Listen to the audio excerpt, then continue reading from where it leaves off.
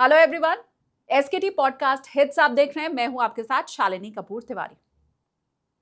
America में मंदी दस्तक दे चुकी है, यूरोप में मंदी पहुंच चुकी है और बहुत जल्द ये एशिया और भारत में दस्तक दे सकती है। और इसीलिए 2026 की आपकी स्ट्रैटेजी कैसी हो, ये समझने के लिए मशहूर इकोनॉमिस्ट शरद कोहली सर को आज हमने पॉडकास्ट में इनवाइट किया है। ये हमारे उस पॉडकास्ट का पार्ट 1 है। इसमें आप समझ पाएंगे कि अमेरिका की चालें कैसी उसकी के खिलाफ हो रही हैं, कैसे डोनाल्ड ट्रंप साहब ही अमेरिका को इस गर्त में ढकेलने में शामिल हैं, कैसे अब कोई चारा अमेरिका के पास नहीं बचा है सिवाय मंदी में कूदने के। और अगर ये सब कुछ होता है तो भारत के ऊपर इंपैक्ट कितना पड़ेगा, आपके ऊपर इंपैक्ट कितना पड़ेगा।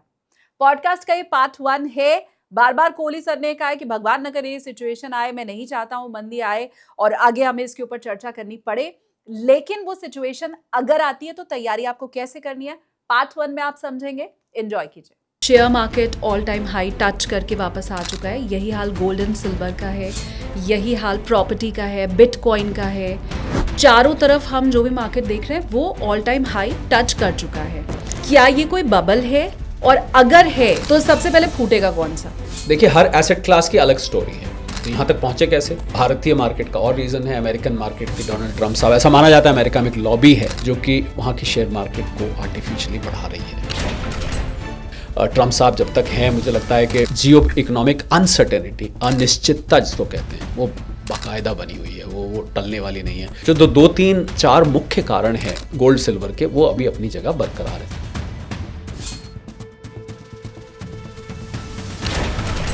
गोल्ड सिल्वर की अलग कहानी हो गई, शेयर मार्केट की अलग कहानी हो गई। क्रिप्टो की कहानी की बात करें तो गोल्ड एंड सिल्वर मुझे लग रहा है कि कहीं भी जा सकता है, क्योंकि गोल्ड एंड सिल्वर तो अब तो वर्ल्ड गोल्ड काउंसिल ने भी ये कह दिया, जो कि कभी नहीं बोलती थी, कि इसका भविष्य अच्छा दिखाई दे रहा है। क्या मेरे व्यूअर्स का सारा इन्वेस्टमेंट 2026 में गोल्ड में होना चाहिए? 2 से 5 साल तो हम शॉर्ट टर्म मानते थे, गोल्ड के लिए क्या ये लॉन्ग टर्म है? बिल्कुल बिल्कुल। पहले मैं जब लॉन्ग टर्म बोलता था तो मैं 5 से 10 साल बोलता था, पर अब वो मेरा लॉन्ग टर्म का जो दायरा है वो कम हो चुका है। 2026 में मंदी आ सकती है। 2008 में जो मंदी अमेरिका में आई थी, क्या इस बार वाली मंदी 2008 वाली के जैसी ही होगी, या 2025-26 में अमेरिका में जो मंदी आएगी वो अलग होगी? मंदी उससे भी बड़ी हो सकती है। इसकी सुगबुगाहट अभी से है। आपने जो डेटा ये पढ़ा है दिवालिया निकलने वाली कंपनियों का, इसके अलावा मैं कुछ और डेटा भी बता देता हूँ आपको, बल्कि यूँ कहूँ कि मैं फैक्ट्स बता देता हूँ। नया निवेश अमेरिका में आ नहीं रहा है, नौकरियाँ वहाँ पर आसानी से मिल नहीं रही हैं, इमिग्रेशन पे उन्होंने रिस्ट्रिक्शन लगाई दिया। भारतीय दिमागों ने अमेरिका को अमेरिका बनाया है। भारत को, भारतीय दिमाग को अमेरिका से निकाल लिया जाए तो अमेरिका ठप हो जाएगा। अमेरिका में मंदी आ रही है तो भारत फिर सोने की चिड़िया बन जाएगा। हमारा अर्थव्यवस्था का वो हिस्सा जो कि अंतर्राष्ट्रीय बाजार के साथ गुथा हुआ है, जिसको हम पॉइंट कहते हैं, उस पर असर होगा, तो उसके छींट हमारे तक पड़ेंगे। हमको पूरी तरह से वो क्रिपल नहीं कर पाएगी, हमको पूरी तरह से वो अपनी गिरफ्त में नहीं ले पाएगी। हेलो एवरीवन, अपनी कुर्सी की पेटी बांध लीजिए, क्योंकि आप देखना शुरू कर चुके हैं टेक ऑफ विद एसकेटी।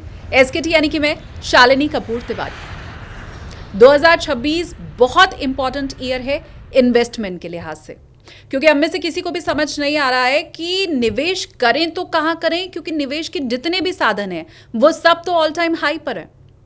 निफ्टी और share market all time high, gold and silver all time high, crypto currency bitcoin Ethereum all time high, property all time high. तो जब निवेश के हर साधन ऑल टाइम हाई हैं तो फिर हमें क्या करना है? बड़ी बात यह है कि ये जो पूरी सिचुएशन है ये आज के पहले किसी ने देखी नहीं है, तो इसकी पहले से समझ तो किसी के पास है नहीं। इसीलिए हमने मशहूर इकोनॉमिस्ट शरद कोहली सर को आज पॉडकास्ट में इनवाइट किया है। पॉडकास्ट में उन्होंने ये बताया है कि मंदी अमेरिका में आ चुकी है, छुपाने की पूरी कोशिश की जा रही है, यूरोप में दस्तक दे चुकी है मंदी ने, और इसकी झलक भारत में बहुत जल्द दिखना शुरू हो सकती है, 2026 में दिखना शुरू हो सकती है। बताया है उन्होंने कि ऐसी सिचुएशन में नौकरियां जाएंगी तो कितनी, गोल्ड सिल्वर में निवेश कीजिए तो कितना, क्योंकि यही कहा जाता है कि मंदी अगर आएगी तो गोल्ड एक सेफ हेवन के रूप में देखा जाता है, उसमें निवेश क्या बढ़ाया जाना चाहिए, शेयर मार्केट में क्या निवेश रोक दें, क्या म्यूचुअल फंड से पैसा निकाल लें, हर जानकारी शरद कोहली सर ने आपको दी है। आंकड़ों के साथ उन्होंने ये साफ इंगित किया है कि मंदी से बच पाना अमेरिका यूरोप के लिए बहुत मुश्किल है, नेक्स्ट टू इम्पॉसिबल है, और उस कंडीशन में भारत के ऊपर भी इस मंदी की आंच अब आने वाली है। 2026 में निवेश कैसा आपका हो ताकि बैंक बैलेंस की क्रैश लैंडिंग ना हो, आपके वॉलेट में हमेशा पैसा बना रहे, और आप जो टेक ऑफ करें 26 में तो वो लगातार सेफ मोड में आप चलते रहें। इसी के लिए आज का ये पॉडकास्ट है, तो आप भी इंजॉय कीजिए। थोड़ा भी आपको काम का लगे ये पॉडकास्ट तो अपने दोस्तों के साथ आपको इसे शेयर जरूर करना है। और हमने ये देखा है कि हमें देखने वाले 25% लोगों ने ही अभी तक हमें सब्सक्राइब किया है, तो फटाफट से आप इस चैनल को सब्सक्राइब कीजिए, क्योंकि जब आप सब्सक्राइब करते हैं ताकत हमारी और बढ़ती है और कुछ और बड़े गेस्ट तक हम पहुंच पाते हैं, आपके लिए काम की जानकारी ला पाते हैं। तो चलिए अब मिलकर के स्वागत कर लेते हैं। मैं बोर्डिंग पास देती हूँ आज के हमारे गेस्ट शरद कोहली सर को।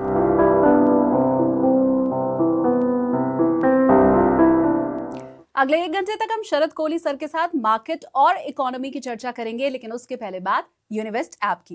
देखो, मार्केट ट्रेंड कभी एक जैसे नहीं होते और सबसे ज्यादा डर लगता है मार्केट की वॉलेटिलिटी से। लेकिन सोचो, अगर आपको 40+ साल के अनुभव वाले ट्रेडर्स गाइड करें, तो वो एक्सपर्ट्स जिन्होंने क्वालिफाइड एग्जाम्स क्लियर किए हैं और जो मार्केट को गहराई से समझते हैं, वही आपको बताएंगे कि कब कौन सा स्टॉक लेना है, किस प्राइस पर लेना है, कब बेचना है। इतना ही नहीं, एफएनओ की कॉल्स भी, या आपको इक्विटी, फ्यूचर, ऑप्शंस, कमोडिटीज सबके रियल टाइम आइडियाज मिलते हैं। और सबसे अच्छी बात, ये रियल टाइम अलर्ट्स आपको यूनिवेस्ट ऐप पर मिलते हैं, साथ ही यूनिवेस्ट के एक्सक्लूसिव टेलीग्राम ग्रुप में भी, ताकि कोई भी ट्रेड अपॉर्चुनिटी आप मिस न करें। और ये सारी जानकारी आपको बहुत सस्ते रेट्स में मिलती है, जैसे कि ₹1 में आप कुछ ट्रेड आइडियाज फ्री में ले सकते हैं। और चलिए अब पॉडकास्ट शुरू करते हैं, बात करते हैं शरद कोहली सर से। सबसे पहले तो बहुत स्वागत है सर आपका। Thank you so much. जैसा मैंने शुरू में ही कहा कि अभी ये वो सिचुएशन है 2025 जब ख़त्म हो रहा है, जब share market all time high touch करके वापस आ चुका है। यही हाल गोल्ड एंड सिल्वर का है, यही हाल प्रॉपर्टी का है, बिटकॉइन का है। चारों तरफ हम जो भी मार्केट देख रहे हैं वो ऑल टाइम हाई टच कर चुका है।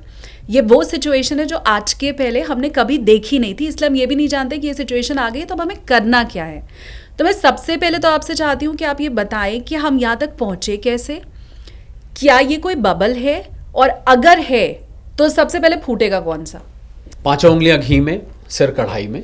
आपकी बात को मैं अगर मुहावरे के रूप में कहूँ तो देखिए, हर एसेट क्लास की अलग स्टोरी है। तो यहाँ तक पहुँचे कैसे? शेयर मार्केट के पहुँचने का कारण भारतीय मार्केट का और रीज़न है अमेरिकन मार्केट की डोनाल्ड ट्रम्प साहब। ऐसा माना जाता है अमेरिका में एक लॉबी है जो कि वहाँ की शेयर मार्केट को आर्टिफिशियली बढ़ा रही है। गोल्ड एंड सिल्वर का हम बहुत चर्चा हो रही है आजकल सोशल मीडिया पर, जियोपॉलिटिकल टेंशन्स हैं। और मज़ेदार बात एक हुई, शालिनी के ट्रम्प साहब ने जब नोबेल पीस प्राइज़ के लिए वो बहुत प्रयास कर रहे थे, बहुत बेताब थे, बदकिस्मती से उनको वो नहीं मिल पाया और उन्होंने कहा मैंने इतनी सारी लड़ाइयाँ रुकवाई। तो रवांडा और कॉन्गो का उन्होंने लड़ाई रुकवाई, बोलते हैं रुकवाई, फिर से शुरू हो गई है कल से। थाईलैंड, कंबोडिया की उन्होंने लड़ाई रुकवाई, वो बोलते हैं वो फिर से शुरू हो गई। मिडल ईस्ट में इज़राइल हमास का उन्होंने कुछ कराया। इज़राइल ने अब हिजबुल्लाह के ऊपर लेबनान में हमले शुरू कर दिए हैं। हमास का भी बीच बीच में सुनने को आता रहता है। तो जितने भी उन्होंने लड़ाइयाँ रुकवाने का कहा, यूक्रेन, रशिया का बहुत कोशिश करी उन्होंने, अभी तक तो मुझे कोई रिजल्ट उसका देखने को मिल नहीं रहा है। बातें ज़्यादा हो रही हैं, ट्रैवल ज़्यादा हो रहा है, पर कुछ हो नहीं रहा है। तो मुझे तो लग रहा है अगर नोबेल पीस प्राइज़ मिल भी गया होता तो ऐसा तो प्रावधान है नहीं कि वापस भी लिया जाए। तो इसलिए जियोपॉलिटिकल टेंशन्स बनी हुई हैं, जियो इकोनॉमिक टेंशन्स बाकायदा बरकरार हैं। ट्रम्प साहब जब तक हैं, मुझे लगता है कि जियो इकोनॉमिक अनसर्टेनिटी, अनिश्चितता जिसको कहते हैं, वो बाकायदा बनी हुई है, वो टलने वाली नहीं है। तो ये डॉलर का मजबूत होना, डॉलर का कमज़ोर होना, बाकी करेंसीज़ के खिलाफ, भारतीय रुपए के खिलाफ मजबूत होना, डॉलर की जो वॉलेटिलिटी है वो भी बनी हुई। जो 2-3-4 मुख्य कारण हैं गोल्ड सिल्वर के, वो अभी अपनी जगह बरकरार है। सेंट्रल बैंक्स का खरीदना, सेंट्रल बैंक ने बेचना नहीं शुरू किया है, खरीदारी अभी भी जारी है। तो गोल्ड सिल्वर की अलग कहानी हो गई, शेयर मार्केट की अलग कहानी हो गई। क्रिप्टो की कहानी की बात करें तो क्रिप्टो में ट्रम्प साहब के परिवार ने पाकिस्तान में जाके वर्ल्ड लिबर्टी फाइनेंस नाम की कंपनी बनाई और वहाँ पर एक पाकिस्तान क्रिप्टो काउंसिल करके कुछ बनाया उसकी वजह से क्रिप्टो तो आपको पता है खबरों पे चलता है, कोई खबर इधर से आ जाए तो उठ जाता है, उधर से आ जाए गिर जाता है, वगैरह वगैरह। तो क्रिप्टो की ये कहानी रही। रियल एस्टेट के लिए तो के बाद से रियल एस्टेट ने काफ़ी उछाल दिखाया है के बाद से लगातार। पर अब आपकी बात जो सवाल है ज़्यादा इंपॉर्टेंट ये है कि क्या आगे भी, आपने कहा कभी ऐसा देखा नहीं गया, क्योंकि कोई ना कोई एसेट क्लास ऊपर जाती है, कोई ना कोई एसेट क्लास नीचे आती है, शायद इसी से आपका सवाल निकल के आ रहा होगा। पर सारी की सारी एसेट क्लासेस अपने ऊंचाई को छू के थोड़ा बहुत नीचे आई हैं। आज जब हम बात कर रहे हैं, हो सकता है कोई एसेट क्लास में थोड़ा बहुत 2-4-5% का करेक्शन हो, पर छू के आ चुकी हैं, आपकी बात ठीक है। ऐसा कभी नहीं हुआ, बात ठीक है, पर बहुत सारी ऐसी बातें हैं शालिनी जो कभी नहीं होती, जो हमें नई नई देखने को मिलती हैं। अब ज़्यादा बड़ा सवाल ये है कि क्या आगे भी ऐसे सिचुएशन बनी रहेगी? हम 2026 के दरवाज़ा खटखटा रहे हैं, हम बिल्कुल आने को है, तो ज़रूरी नहीं है कि ऐसा रहे।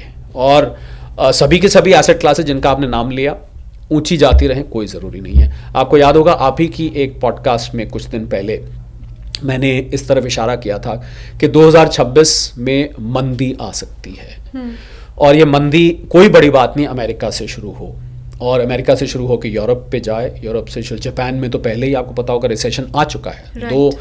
और मैं आपके चैनल के फॉलोअर्स, व्यूअर्स, सब्सक्राइबर्स के लिए बता दूं कि 2 कंसेक्यूटिव क्वार्टर्स में, यानी कि 2 तिमाही में लगातार अगर किसी देश की जीडीपी नेगेटिव रहती है तो उसको हम ऑफिशियली मंदी मान लेते हैं, रिसेशन मान लेते हैं। तो जापान में ये हो चुका है, यूरोप के कुछ देशों में होने को है, अमेरिका में कुछ लोग कहते हैं कि ऑलरेडी मंदी में है, पर वो दिखा नहीं रहे हैं। ट्रम्प साहब को अपनी साख, अपनी इज्जत की वजह से, अपनी पॉपुलैरिटी की वजह से उनकी अप्रूवल रेटिंग काफ़ी गिर चुकी है। तो 2026 में अगर मंदी आती है शालिनी, तो फिर ये सारी एसेट क्लासेस ऊपर रहें, ये कोई ज़रूरी नहीं है। तो जो आपने अभी तक देखा, मैं ऐसा बिल्कुल नहीं कहूँगा कि 2026 में भी ये सारी की सारी एसेट क्लासेस, और एक एक करके लेते हैं अब, क्योंकि जैसे हमने एक एक करके ऊंचाई की बात करी, अब एक एक करके लेते हैं कि ये कहाँ जा सकती है। रियल एस्टेट में मुझे लगता है अपने पीक पर करीब करीब पहुंच चुका है। और रियल एस्टेट की ना एक साइकिल होती है, ऊपर जाता है फिर नीचे आता है, ऐसा नहीं होता। और अब अगर जो देश में जिन जगहों पर सबसे ज़्यादा रियल एस्टेट बढ़ा है, मैं एनसीआर की बात करूं तो गुरुग्राम है, कुछ हद तक नोएडा है, दिल्ली है, बेंगलुरु है, मुंबई के कुछ हिस्से हैं, वहाँ पर आप देखिए कि अब जो पीक पे जो प्राइसेस आई हैं, वहाँ से वो अब उतनी तेज़ी से ऊपर नहीं जा रही है।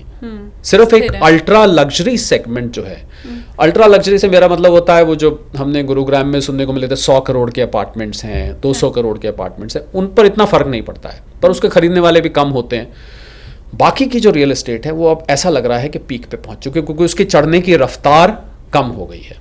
ये रियल एस्टेट का हाल है। गोल्ड एंड सिल्वर की जहाँ तक बात करें तो गोल्ड एंड सिल्वर मुझे लग रहा है कि कहीं भी जा सकता है, क्योंकि गोल्ड एंड सिल्वर तो अब तो वर्ल्ड गोल्ड काउंसिल ने भी ये कह दिया, जो कि कभी नहीं बोलती थी, कि इसका भविष्य अच्छा दिखाई दे रहा है, क्योंकि जिन कारणों से बढ़ता है वो कारण अनुकूल बने हुए हैं। शेयर मार्केट की बात करें तो अगर मंदी आती है तो शेयर मार्केट शालिनी मुझे लगता है यहाँ से शायद बहुत ऊपर जाने में हिचकिचाए, क्योंकि मंदी का मतलब है कि आपकी रेवेन्यू गिर रहा है, कंपनीज का रेवेन्यू गिर रहा है, प्रॉफिट्स गिर रहे हैं, लोगों की नौकरियों पे खतरा बन सकता है, तो ऐसे में डिमांड कम हो सकती है। तो अगर मंदी आती है तो शेयर मार्केट वहाँ से करेक्शन में या स्टेबिलिटी में, या मैं कहूँ कंसोलिडेशन में, जैसे हमने देखा भारतीय शेयर बाजार का उदाहरण पे बात करें, 26,277 से ऊपर जाने के लिए भारतीय शेयर बाजार में, निफ्टी की बात कर रहा हूँ, स्ट्रगल कर रहा है। एक इंट्राडे में 1-2 दिन गया, फिर नीचे आ गया, अब फिर करेक्शन आ गई, तो वो थोड़ा सा रेजिस्टेंस जिसको हम कहते हैं शेयर मार्केट की भाषा में, वो रेजिस्टेंस दिखाई दे रही है। तो कुल मिला के सभी एसेट क्लासेस 2026 में ऊपर जाएंगे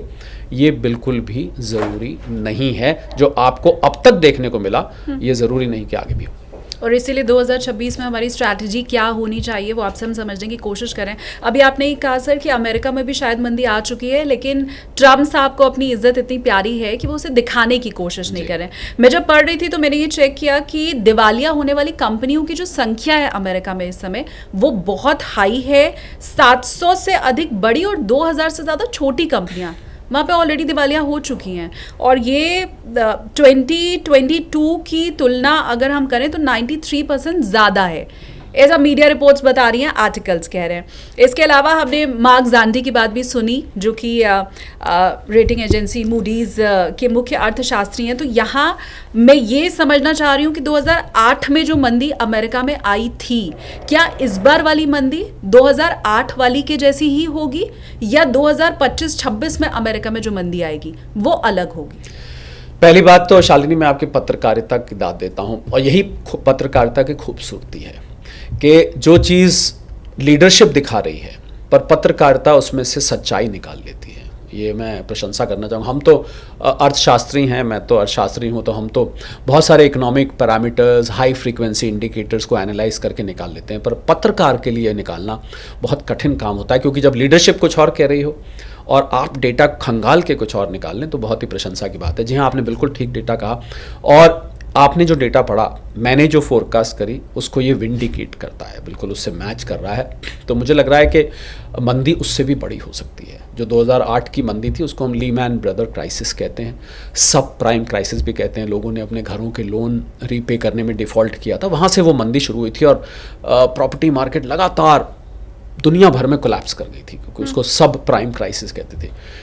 ये मंदी उससे भी गहरी हो सकती है, और मुझे लग रहा है लोगों को आपका चैनल अगर इसको बता रहा है, पहले से आगाह कर रहा है, और ये आगाह करना बहुत बड़ी बात होती है, क्योंकि आप अपने आप को मेंटली तैयार कर पाते हैं, फाइनेंशियली तैयार कर पाते हैं, अपने आप को, अपने सेटअप को पूरी तरह से तैयार कर लेते हैं कि भाई मंदी आनी है तो अब ज़रा खर्चा थोड़ा सा समेट लें, हाथ खींच लें। मैं चाहूँगा कि आप उस पर भी कुछ जिक्र करें कि अगर ऐसी मंदी आती है तो आम आदमी को ऐसे में क्या तैयारी करनी चाहिए। इसका आप आइएगा, मैं इस पर मुझे खुशी होगी इस पर बता के, हालांकि सिचुएशन खुशी वाली नहीं है, वो बता के खुशी होगी। तो ये मंदी उससे भी बड़ी हो सकती है, आपकी बात का मैं सीधा जवाब दूँ। और ये मंदी 2026 कि मुझे लग रहा है मार्च अप्रैल क्वार्टर से लेके और मध्य या अक्टूबर नवंबर के बीच में कभी भी आ सकती है। इसकी सुगबुगाहट अभी से है। आपने जो डेटा ये पढ़ा है दिवालिया निकलने वाली कंपनियों का, इसके अलावा मैं कुछ और डेटा भी बता देता हूँ आपको, बल्कि यूँ कहूँ कि मैं फैक्ट्स बता देता हूँ। नया निवेश अमेरिका में आ नहीं रहा है, नौकरियाँ वहाँ पर आसानी से मिल नहीं रही हैं, इमिग्रेशन पे उन्होंने रिस्ट्रिक्शन लगाई दी है, आपको मालूम ही है। जो वहाँ पर टैलेंट था, जो जिस टैलेंट ने आज अमेरिका को अमेरिका बनाया, आप देखिए ना, सारी बड़ी कंपनियों के ओहदे पर, ऊंचे ओहदे पर भारतीय बैठे हैं। माइक्रोसॉफ्ट हो गया, कितने सारे कंपनी हैं जिनके गूगल हो गया, जिनके ओहदे पर भारतीय दिमाग काम करें। भारतीय दिमागों ने अमेरिका को अमेरिका बनाया है। ट्रम्प साहब भूल जाते हैं इस बात को, मुझे नहीं समझ में आता क्यों भूल जाते हैं वो। और अगर आप इस टैलेंट को नहीं आने देंगे अमेरिका में, तो आगे का जो अमेरिका है वो कैसे बनेगा। आपको हैरानी होगी, वहाँ की कंपनीज ने, वहाँ के चैम्बर ऑफ कॉमर्स ने बोला कि आप H1B वीज़ास पर रिस्ट्रिक्शन मत लगाइए, क्योंकि अगर आपने रिस्ट्रिक्शन लगाई तो भैया हमारे यहाँ काम कौन करेगा। ये जो इनोवेशन है, जो इन्वेंशंस है, जिससे आज अमेरिका के डिजिटल ब्रांड्स ग्लोबल ब्रांड्स दुनिया भर में चलते हैं। डिजिटल क्यों, मैकडॉनल्ड्स है, कोका कोला है, पेप्सी, आज अमेरिका के ब्रांड दुनिया में तूती बोलती है। तो उसके पीछे कहीं ना कहीं भारतीय दिमाग है। मैं तो यहाँ तक कहता हूँ कि अगर भारत को, भारतीय दिमाग को अमेरिका से निकाल लिया जाए तो अमेरिका ठप हो जाएगा। तो अगर, और ट्रम्प साहब की नीतियां तो यही चाहती हैं कि यहाँ पर विदेशी ना आए, विदेशी टैलेंट ना आए, चाहे वो अमेरिकन्स का फ़ायदा पहुँचाना चाहते हैं, पर वो मुझे लगता है ये बात भूल जाते हैं कि अमेरिका को अमेरिका बनाया ही इमिग्रेंट्स ने। अमेरिका खुद तो कुछ था ही नहीं, सारे लोग बाहर से आए, उन्होंने तो अमेरिका बनाया। आज वो उन्हीं लोगों को आने नहीं देना चाहते, निकालना चाहते हैं, जो भी वो चाहते हैं। तो इस मंदी की दस्तक अमेरिका में मेरे हिसाब से हो चुकी है। उसको भले ही आप कितना ही छुपाने की कोशिश करें, अब जब किसी चीज़ को आप आर्टिफिशियली छुपाते हैं ना शालिनी, मान लीजिए किसी व्यक्ति ने मेकअप किया हो, बहुत, मान लीजिए उसकी 70-75 साल उम्र है, बहुत मेकअप करके अपने आप को छुपा लिया हो, पर शाम को सोने जाएंगे, मुंह धोएंगे तो सब तो सच्चाई सामने आ जाएगी। कुछ इसी प्रकार है। तो ये धीरे धीरे जैसे जैसे समय बीतेगा, इस आर्टिफिशियल मेकअप को, ड्रेसिंग को, इसको हम फाइनेंस की भाषा में बैलेंस शीट को सजाता है, उसको बोलते हैं विंडो ड्रेसिंग। तो ये विंडो ड्रेसिंग आपकी जब हटेगी तो, और यही शेयर बाज़ार भी अमेरिका का, मुझे लग रहा है, आपको मुझे याद है मैंने पहले भी कहा था कि अमेरिकन शेयर बाज़ार को आर्टिफिशियली उठाया जा रहा है। यही नहीं शालिनी, जो डॉलर है उसकी भी जो वैल्यू आपको दिख रही है, वहाँ धड़ाधड़ डॉलर छापे जा रहे हैं, और इस कदर छापे जा रहे हैं कि वो, अगर डॉलर इतने सर्कुलेशन में बढ़ गए तो फिर एक बार या तो महंगाई आ जाएगी या डॉलर की वैल्यू गिरने। जब आप करेंसी को बहुत ज़्यादा छाप देते हैं तो उसकी वैल्यू गिरने लग जाती है। तो ये जो डॉलर की वैल्यू आपको चढ़ी दिखा, हालांकि बाकी करेंसीज के खिलाफ मैं ये दोहराना चाहूँगा, Swiss franc, British pound, Japanese yen और यूरो, जो 4 मुख्य करेंसी हैं, इनके खिलाफ डॉलर पहले ही गिर चुका है। 50 साल में सबसे ज़्यादा गिरा है। भारतीय रुपए के खिलाफ 90 है भारतीय रुपया, उसके कारण अलग हैं, पर अंतर्राष्ट्रीय स्तर पर हम देखें तो डॉलर कमज़ोर हो चुका है, और डॉलर की कमज़ोरी डोनाल्ड ट्रंप साहब की रातों की नींद को हराम किए हुए है, क्योंकि डॉलर का दबदबा है, डॉलर की दादागिरी है, दुनिया का 50-60-70% ट्रेड डेट सब डॉलर में होता है। हाँ। तो अमेरिका की मंदी दुनिया को हिला के रख देगी। कहते हैं अमेरिका छींक मारता है, जुकाम दुनिया को लग जाता है। तो अगर अमेरिका में मंदी आती है तो ये बहुत ही, मुझे लगता है, दुनिया के लिए सतर्क होने वाली बात है, क्योंकि इसका जो कैस्केडिंग इफेक्ट है, हाँ। इसका जो रिपलिंग इफेक्ट है, वो पूरी दुनिया पर होगा। तो तैयार हो जाना चाहिए। और मैं ये चाहूँगा शालिनी, आपके चैनल पर इस बात को बेधड़क होकर बोलूँगा, मैं चाहूँगा कि मेरी ये भविष्यवाणी गलत हो जाए। क्यों गलत हो जाए? क्योंकि बहुत अच्छी तो नहीं है। क्योंकि अगर मंदी आती है तो उसके कहीं ना कहीं आँच, कहीं ना कहीं छींट तो हम पर भी पड़ेगी। वासुदेव कुटुंब, पूरी दुनिया एक परिवार है, तो परिवार का एक व्यक्ति अगर पीड़ित होता है तो दूसरे व्यक्ति पर प्रभाव तो पड़ता ही पड़ता है। तो भारत पर भी, चाहे हम कितनी ही तेज़ बढ़ती अर्थव्यवस्था हो, कुछ ना कुछ असर तो होगा ही होगा। मैं बल्कि इसका उल्टा सोच रही थी, और इसीलिए हम हमेशा कहते हैं कि हमें एक्सपर्ट की ज़रूरत पड़ती है। मैं बल्कि इसका उल्टा सोच रही थी कि अमेरिका में अगर मंदी आ रही है, यूरोप में मंदी आ रही है, तो कहीं ना कहीं जितने भी फॉरेन इन्वेस्टर हैं उनको एक सेफ लैंड की ज़रूरत होगी। इंडिया के बारे में जब मैंने सोचा तो मुझे लगा कि हमारी जो गवर्नमेंट है वो स्टेबल है, अभी नहीं, बीते 10 सालों से स्टेबल है, आगे कुछ वक्त तक वो स्टेबल भी रहने वाली है। टैलेंट की हमारे पास कोई कमी नहीं है, यूथ की कोई कमी है नहीं। हम अपने आप में खुद ही एक इतना बड़ा बाजार हैं कि लाख रिस्ट्रिक्शन हमारे ऊपर लगा दी जाए तो वो भी सारा मैनेज हो जाएगा। तो मैं बल्कि इसका उल्टा सोच रही थी कि कहीं ऐसा तो नहीं कि अमेरिका में मंदी आ रही है तो भारत फिर सोने की चिड़िया बन जाएगा।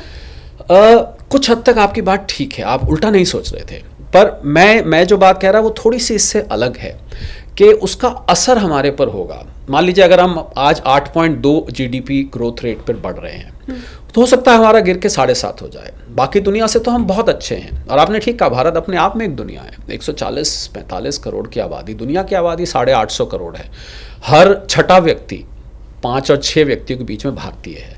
तो हम अपने आप में एक दुनिया, ये बात ठीक है। पर हमारा अर्थव्यवस्था का वो हिस्सा शालिनी जो कि अंतर्राष्ट्रीय बाजार के साथ गुथा हुआ है, जो इंट्वाइंड है, जिसको हम इंट्वाइंड कहते हैं, उस पर असर होगा। तो अब देखिए ना, आप एक्सपोर्टर्स हैं, विदेश में पढ़ने वाले बच्चे हैं, यहाँ विदेशी निवेशक जो आते हैं शेयर बाज़ार में, फैक्ट्री, तो उनका भी कहीं ना कहीं आम आदमी के जीवन से सरोकार रहता है, भले ही इनडायरेक्ट सही।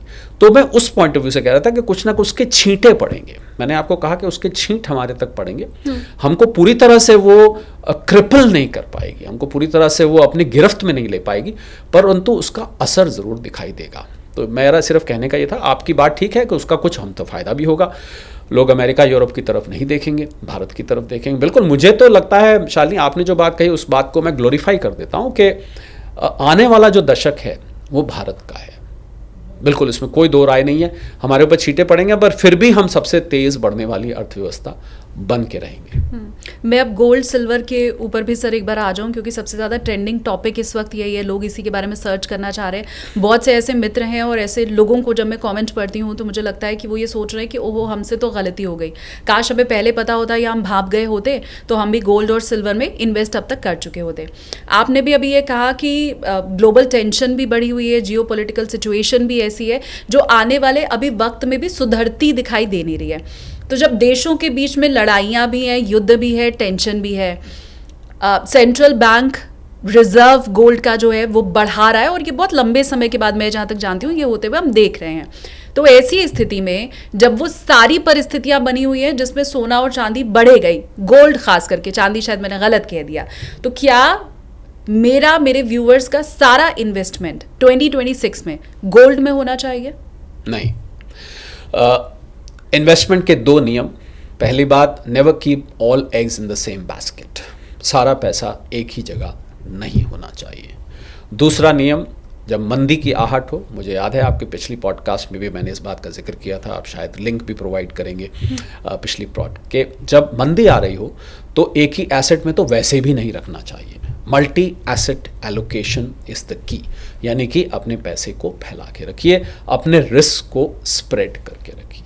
और बाकी आपने जहाँ तक गोल्ड एंड सिल्वर की बात करी, लॉन्ग टर्म इसका ट्रेंड बुलिश है। वर्ल्ड गोल्ड काउंसिल जो कि कभी गोल्ड के बारे में नहीं बोलता था, उसने भी ये बात बोली कि गोल्ड की आगे मुझे भविष्य बहुत उज्जवल नज़र आ रहा है। तो मुझे लग रहा है, और गोल्ड इस समय जिस फेज़ में है, क्योंकि आपने शालिनी बात छेड़ दी है गोल्ड की, तो आपने देखा होगा गोल्ड $4,381, मैं कॉमेक्स के प्राइसेस की बात कर रहा हूँ, US डॉलर में, भारतीय रुपए के हिसाब से पीक जो गया था वो 1,32,000 साढ़े 32,000 के प्रति 10 ग्राम गया था। इस समय वो 1,29,000 और 1,30,000 ग्राम के आसपास बात कर रहा है जब इस समय हम बात कर रहे हैं। हो सकता है आपकी ये पॉडकास्ट 1-2 दिन बाद आए तो उस समय प्राइस थोड़ी सी फ़र्क हो सकती है। तो आपने देखा कि वो उस पीक को कभी भी क्रॉस कर सकता है, और जो बेस बना था, यानी कि $4,000 का बेस बना था, उसके बाद $4,050 का बेस बना, फिर ये $4,100 के पास, अब ये $4,200 के आप। तो ये जो कंसोलिडेशन हो रही है गोल्ड की, इसको हम कंसोलिडेशन कहते हैं, और अब ये शालिनी धीरे धीरे बढ़ रहा है। तो धीरे धीरे बढ़ना हेल्दी है, ये बहुत हेल्दी है, क्योंकि स्प्रिंट नहीं मार रहा है 100 मीटर रेस की तरह। अब ये एक तरह से कहें तो मैराथन रेस दौड़ रहा है, धीरे धीरे करके अपने लक्ष्य तक पहुंच रहा है और ऊपर जा रहा है। और इसमें अच्छी बात यह है कि जो सेंट्रल बैंक्स हैं दुनिया भर के, वो बेच नहीं रहे हैं, बिल्कुल नहीं बेच रहे हैं। तो सेंट्रल बैंक्स का ना बेचना और सभी फैक्टर्स का अनुकूल बने रहना, ये दो बात इस तरफ इशारा कर रही हैं कि आने वाला समय गोल्ड और सिल्वर रहेगा। परंतु फिर भी मैं ये नहीं कहूँगा कि सारा पैसा अपना उठा के गोल्ड में लगा दीजिए, ये बिल्कुल ऐसा नहीं करना चाहिए। आपको अपना रिस्क, क्योंकि करेक्शन भी हो सकती है। और आपको मैं अगर बताऊं तो मैंने आपको शायद पहले पता नहीं जिक्र किया कि नहीं, कि पानी के नीचे बहुत गोल्ड पड़ा हुआ है। धरती पर तो 50,000 से 1,00,000 टन तक बचा है जो माइन होना है। पानी के नीचे जो गोल्ड है उसको माइन करना बहुत कठिन है। कहते हैं कि millions and millions of ton gold पानी के नीचे है, पर उसको निकालना बहुत कठिन काम है, बहुत महंगा काम है, बहुत कठिन काम है। और अभी कोई टेक्नोलॉजी ऐसी उपलब्ध नहीं है कि उस पानी के नीचे के गोल्ड को निकाला जाके। और इलॉन मस्क साहब तो स्पेस माइनिंग की बात कर, उनको लगता है कि कुछ प्लैनेट सोने के बने हुए हैं, तो क्यों ना उन प्लैनेट्स को तोड़ के यहाँ ले आया जाए, या उसमें से कुछ टुकड़ा तोड़ के ले आया जाए, और तो गोल्ड। तो अगर कुछ ऐसा हो जाता है, वैसे तो काल्पनिक बात लगती है मुझे, बहुत इमेजिनरी लगता है, पर अगर कि ऐसा कुछ हो जाता है तो गोल्ड के प्राइसेस में करेक्शन, यानी कि सप्लाई आ जाती है, पर ऐसा अभी कुछ भी नज़र नहीं आ रहा है। तो ऐसा लग रहा है कि गोल्ड और सिल्वर, और आपने सिल्वर का भी गलत नहीं कहा, सिल्वर इनफैक्ट गोल्ड को बीट कर रहा है। सिल्वर का रिटर्न इस साल का 97% तक, 100% तक हो गया। गोल्ड का रिटर्न तो 60-65% तक है। और क्योंकि सिल्वर का इंडस्ट्रियल यूज़ भी है, सोलर बैटरीज में, इलेक्ट्रॉनिक डिवाइसेस में यूज़ होता है, तो सिल्वर की डिमांड लगातार बनी हुई है, इन्वेस्टमेंट में भी बनी हुई है, और उसमें भी कंजम्पशन में भी बनी हुई है। तो दोनों का भविष्य मुझे उज्ज्वल लगता है। परंतु आपने एक बहुत इंटरेस्टिंग बात कही कि लोगों को लग रहा है कि हमने अपॉर्चुनिटी शायद मिस कर दी। दूसरी कहावत इन्वेस्टमेंट की दुनिया की मैं फिर से दोहराता हूँ, for a long term investor any time is a good time to invest. लंबे वक्त के निवेशक के लिए कोई भी समय अच्छा समय है। आपकी बस नहीं निकली है, आपकी ट्रेन नहीं निकली है। अगर आप लंबे वक्त के लिए अभी भी इस गाड़ी में सवार होना चाहते हैं, भाग के पकड़ लीजिए। हालांकि अपने इन्वेस्टमेंट एडवाइज़र से, अपने फाइनेंशियल एडवाइज़र से सलाह लेके निवेश करिए।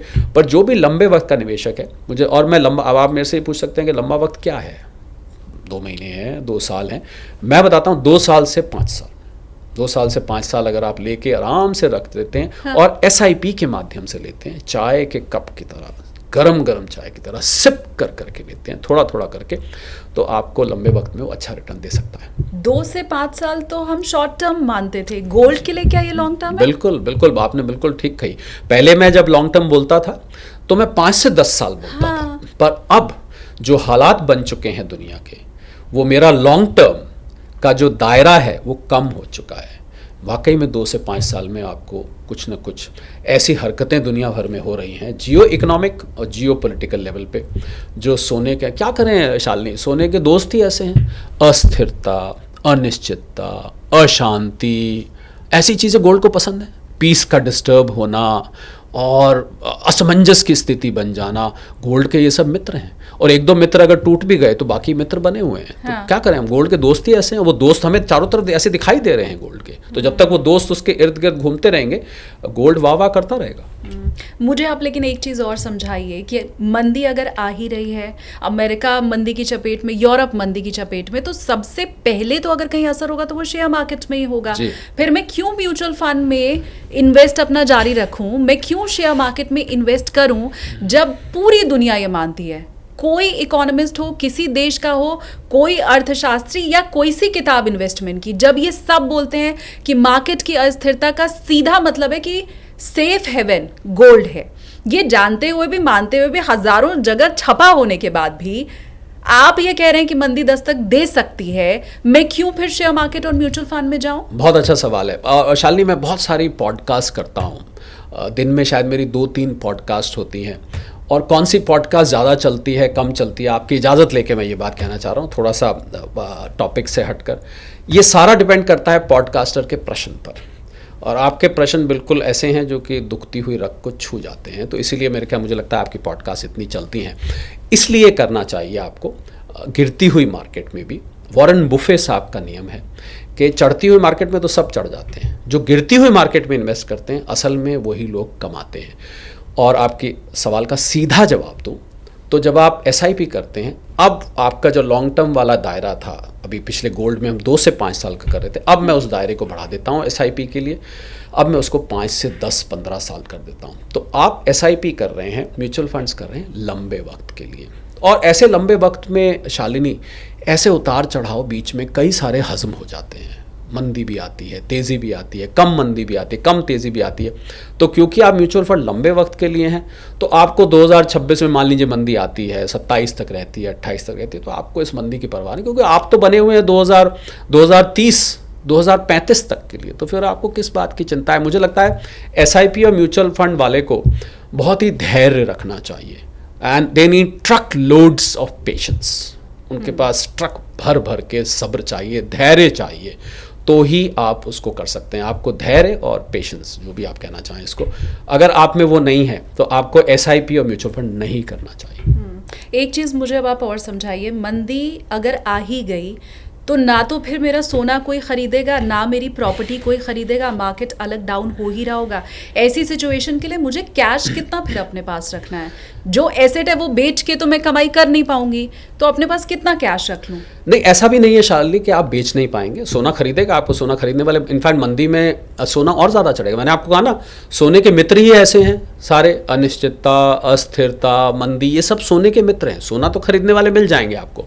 पर अब जो आपने सवाल पूछा है, अगर मंदी, देखिए मैं अगर शब्द को इन्वर्टेड कॉमर्स में हमेशा लगाऊंगा, क्योंकि मैं दिल से ये चाहूँगा कि मंदी ना आए, क्योंकि मंदी क्या करती है, लोगों की नौकरियां खा जाती है, लोगों के बिजनेसेस बंद कर जाती है, लोगों को मानसिक रूप से प्रताड़ित करती है। मंदी को अच्छी चीज़ तो नहीं है। तो ऐसी भविष्यवाणी करके और मैं ये कहूँ कि मुझे बहुत लोग सुनेंगे और मैं बहुत खुश हूँ, तो मुझे लगता है मैं बहुत स्वार्थी हूँ। तो मैं पहली बात तो चाहूँगा मंदी ना आए, पर काश हम रोक पाते, हम और आप, ऐसा हो नहीं सकता।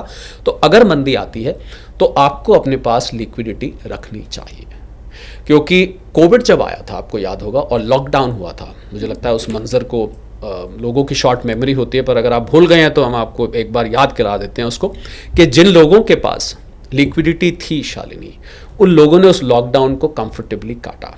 पर जिन लोगों के पास लिक्विडिटी नहीं थी, यानी कि जिनके पास सेविंग्स नहीं थी और कमाई यानी तो बंद ही हो गई थी ज़्यादातर लोगों की, उन लोगों के लिए लॉकडाउन बहुत कष्टदायक था और बहुत मुसीबत में। तो अगर मंदी आती है तो आपको अपने पास लिक्विडिटी रखनी चाहिए, कैश होना चाहिए आपके पास। मुझे लगता है आपकी कम से कम 1 से 2 साल की तनख्वाह के बराबर जमा पूंजी आपके पास होनी चाहिए, कि मान लीजिए गॉड फॉरबिड अगर नौकरी चली जाती है या आपका जो बिज़नेस कर रहे हैं बंद हो जाता है, तो आप कम से कम 1-2 साल तक अपनी जमा पूंजी पर अपने आप का गुजारा कर सकते हैं, जब तक कि आप कोई दूसरा बिज़नेस नहीं ढूंढ लेते हैं, जब तक आप कोई दूसरी नौकरी नहीं ढूंढ लेते हैं, क्योंकि नौकरी ढूंढनी भी मंदी में आसान नहीं होती है, मुश्किल से मिलती है। तो बिल्कुल लिक्विडिटी रखनी चाहिए। और मंदी में एक काम और जो करना चाहिए कि आपने अगर कोई बड़ी परचेज़ करना है, मान लीजिए आपको लग रहा है कि मैंने घर खरीदना है, कोई महंगी गाड़ी खरीदनी है, तो उसको थोड़ा सा अगर टाला जा सकता है तो टाल देना चाहिए, क्योंकि आपने कोई ऐसा लोन लेना है आपने को बड़ा, उसको भी अवॉइड कर, अगर अवॉइड कर सकते हैं तो। ये तो नहीं कह रहा कि किसी के पास कंपल्शन होती है, घर लेना ही लेना है, गाड़ी लेनी ही लेनी है, गुजारा नहीं हो रहा, तब तो लेना पड़ेगा। पर अगर आपके पास ऑप्शन है शालिनी, तो फिर उसको कुछ टाइम के लिए टाल देना चाहिए। मंदी का एक ये भी सबब होता है, पर मैं चाहूँगा नहीं कि मंदी आए।